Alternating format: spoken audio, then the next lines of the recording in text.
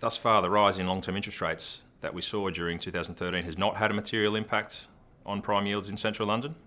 Actually, prime yields have come under downward pressure despite that rise through the year, and really triggered by comments from the US Federal Reserve in May in regards to tapering their quantitative easing program. We've seen 5-year gilt yields rise from just under 1% to now just under 2%, and 10-year gilt yields rise from just under 2 to around 2.85% today.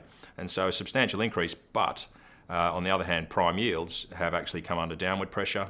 So a year ago, our city yield was 5.25%, and that's now 4.75%. And in the West End, we've also seen yields fall by 25 basis points. And we think there's 3 key reasons why there hasn't been a pass-through. We think, firstly and most importantly, there's been an improvement in the occupier market. We've seen very strong take-up of office space this year, and we're also starting to see supply constraints coming through in the occupier market. That's putting upward pressure on rents, and we've seen rental growth during 2013. We're forecasting more rental growth to come in 2014 and 2015.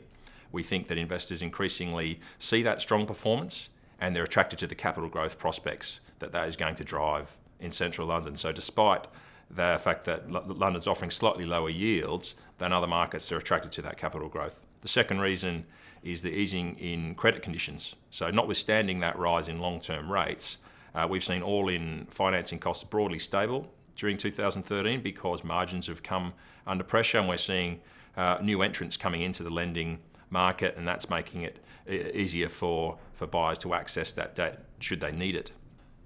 Finally, the weight of international capital that's being directed towards the London market means that we think yields can be supported at relatively at lower levels than we've seen historically. International investors increasingly regard London as the destination of choice.